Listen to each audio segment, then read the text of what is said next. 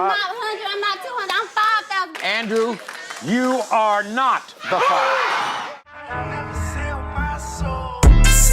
I said I feel like I'm Pablo, feeling like a desperado. Yeah, I feel like I'm Pablo. I had no idea who Dan Schneider was at all. Really? Until this whole situation, honestly. Let me fix myself here. I feel trapped, bro. You ever had shackles on your feet? No, but that does seem like something you'd like. Me? Yeah. Yeah. Not in the bedroom, bro. Not in the bedroom. Me? Yeah. Yeah, if it came to it, right? Oh, there we go. Ooh, good call.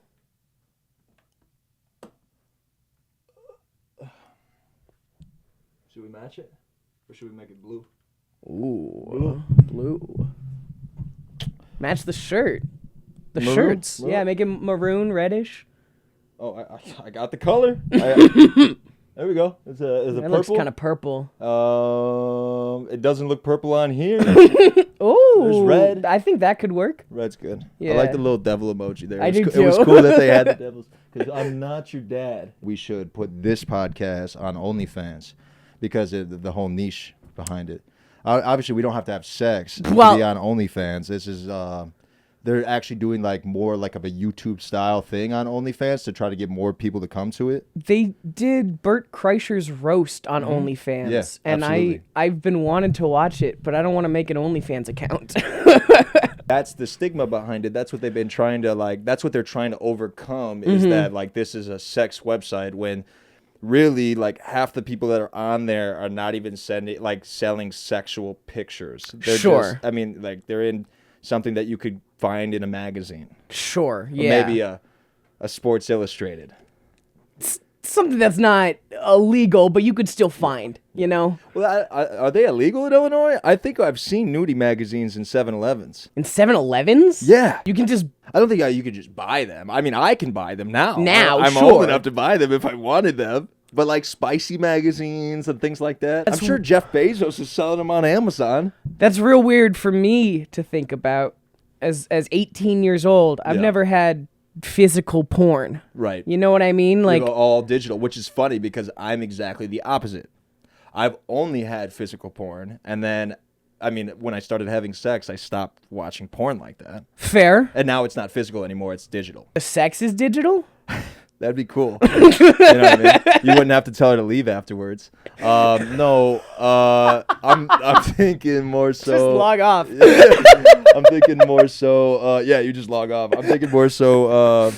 No, like online. You know Sure, what I mean? Like sure. you're looking at it online on a iPhone. Sure, nonetheless. yeah, Something and- that's protected. I mean, that's the only thing. That's the only way I would be able to. You know, like Right. for me, I've never, as a kid, gone into a gas station and been like, I need boobs or whatever. I was maybe 15, 16 years old, and I had walked into a gas station, and I was on my way to a girl's house, and I needed to purchase some condoms.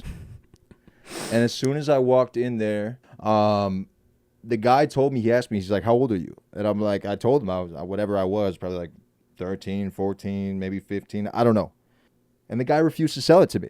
He refused to sell me the condoms. And I looked at him and I kind of got mad about the situation because it's like, I didn't know that there was an age consent on condoms. If a 15-year-old walks in, when I worked at a gas station and I was running the cashier, if a 15-year-old came in to buy condoms, I am not going to tell him no.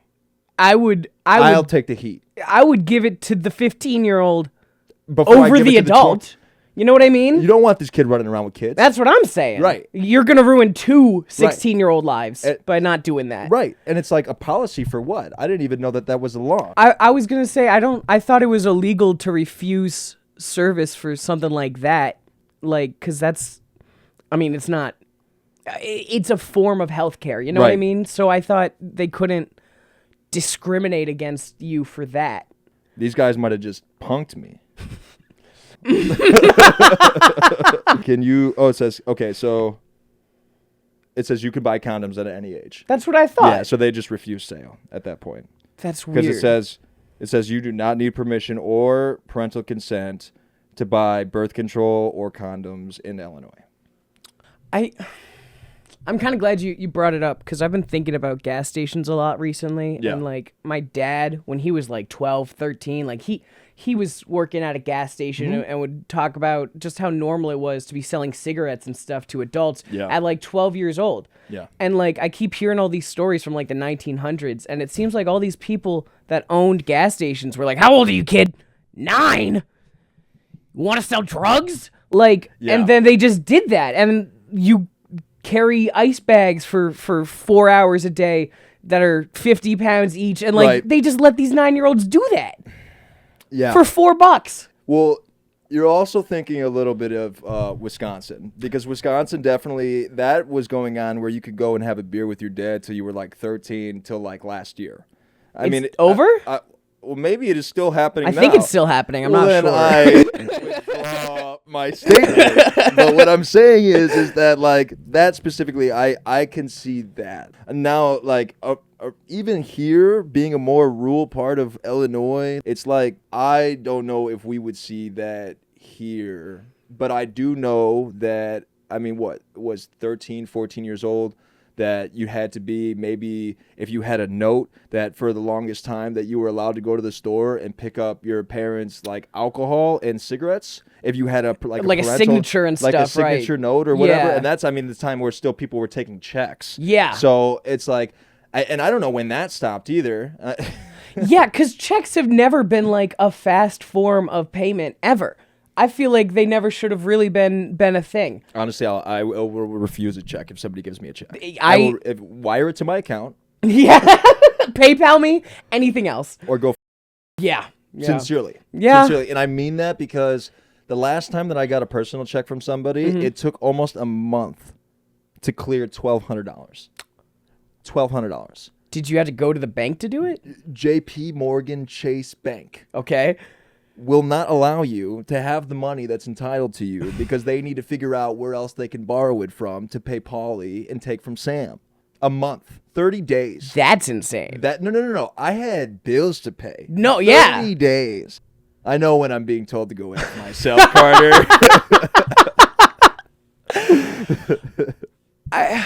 That's so mind-boggling to me. I'm not... See, again, but I'm not super privy in like the whole bank system to begin with. I was taught very little in school about it. I was taught how to write a check. I was taught how to create a bank account, and I was taught how to put money in that bank account. Sure. But when it comes to the nit and gritty and the microorganisms of how the bank works, obviously they take from Sam to pay to Paulie. Yeah. And then if I need $1,200, JP Morgan, one of the highest banks in the States, tells me to go F myself. They should have enough liquidity for you. That's what I'm thinking. I mean, I think they can just go to the back room and print out some more money. They've got the money.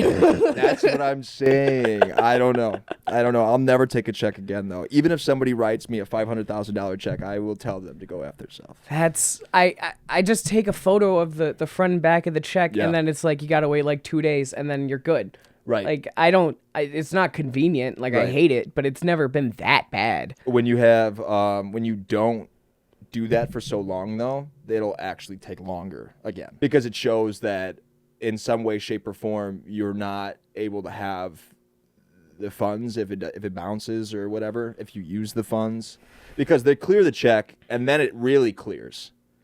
They allow you upteenth amount of money, and then they really clears. Yeah, you can spend up to that much money, and then you have that much money at like a later date. You know what I mean? Yeah. And so usually it would take like 2 days, and would tell me I have the money, but it's pending for like 2 days, but that never a month. But the whole amount is pending for a couple weeks. If you spend the whole amount in a couple weeks, then that ends up like if that check bounces or that employer says, no, we didn't write that check and somehow this is fraud. That's my account is almost always in the negative. Dude, I got like 3 cents in my account right now. 3 whopping pennies, dude. I don't even know how Chase like shows that on the, imagine 0.003. I mean, what?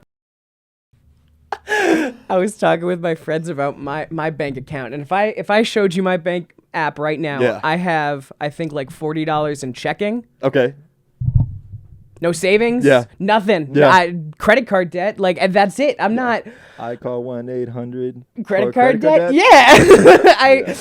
I'm so like if I'm getting a $1,200 check, I'm needing that $1,200 check. You know what I mean? Absolutely. I can't imagine not having finances. Like I'm not doing great financially. Whenever I get $10 or $20, that's the most important $10 or $20 of my life up until that point. I understand.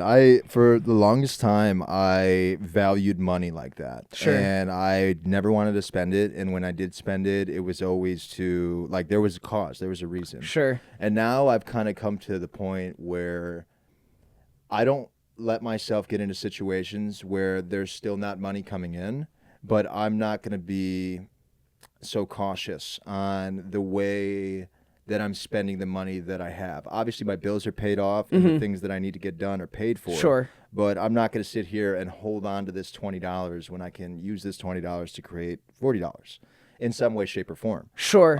So I just, I feel like I changed, kind of like reshaped the way that I think about money. We can't do anything without money, but nobody wants to have money. I mean, like, I know it sounds silly to say that, but it's like if we could extinguish money right now, everybody's lives would just be a little bit easier. But there's no way that everything could run without it. There has to be some shape, form of currency. And this is going to sound like a weird way to tack on to that, but it's the same thing with sugar. Yeah. If there wasn't sugar, there would be no cancer. Caffeine. Like there's so many like things that if they just didn't exist, life would be so much better. And like sugar is such a daily part of our lives that we don't even like notice how bad sugar or caffeine and all these things are. And like money, worst of it all. And it's the thing we accept the most. Right. It's so wild. And what would you do for how much? Yeah. And if you would do something for X amount that Sarah wouldn't do, then you're weird. Yeah. And I would do a lot of things for a lot of money. I would do a lot of things for a little money. Yeah. I know. Again, like if we started at like $1 million and worked our way down to $20, I'd probably still do it. Yeah. You know what I mean? Yeah, I would too, to be honest. Yeah. I'm not saying I need to be rich forever. Right. I just need to be rich for enough time to like put a down payment on a house or something, you know? Right. And No, just exactly. cover my bases. And then if you want to cancel me or whatever, okay. Right. Let me just have the rest of my life safe. Right. No, I get it. Unfortunately, money is not like the light inside you. It doesn't. You can't just look inside yourself to find the money. You got to go get the money. My therapist told me that if I look hard enough, I'll find the money deep inside. Really? The real money I made was the friends along the way. So every dollar after the insurance stops paying is the friends I made along the way. Okay. So Okay. lots of money. Yeah. Lots of friends. Hey, honestly, I truly believe that like I don't like investing in things anymore. I like investing in people. Sure. And time, because that's the one thing that we'll never get back. Yes. So it's like the more that I invest in relationships and the more that I invest in people's time, essentially, and not wasting people's time, but just investing in people's time and collaborating a team, it almost seems like the better my investment shows for. Sure. I like to invest in my friends too, but I do it kind of different than stocks. Yeah. I like to invest high and then sell when they're at their lowest. Right, And exactly. just drop them. Leave them Yeah. in the dirt. In the dirt. Yeah. When just kick them while they're down. Yeah. I think that's usually how I get my money back Right. in that sense. So. Yeah. I tell like the people that are closest to me, bro, I tell them all the time, like if I just stop messaging you or if I stop answering you, I'm not dead. I'm not ignoring you. I just don't want to fucking talk to you. That's it. That's it. Yeah. Like I said, I'm not 100, I'm not 200, I'm 5,000. Andrew, you are not the five. I said I feel like I'm Pablo.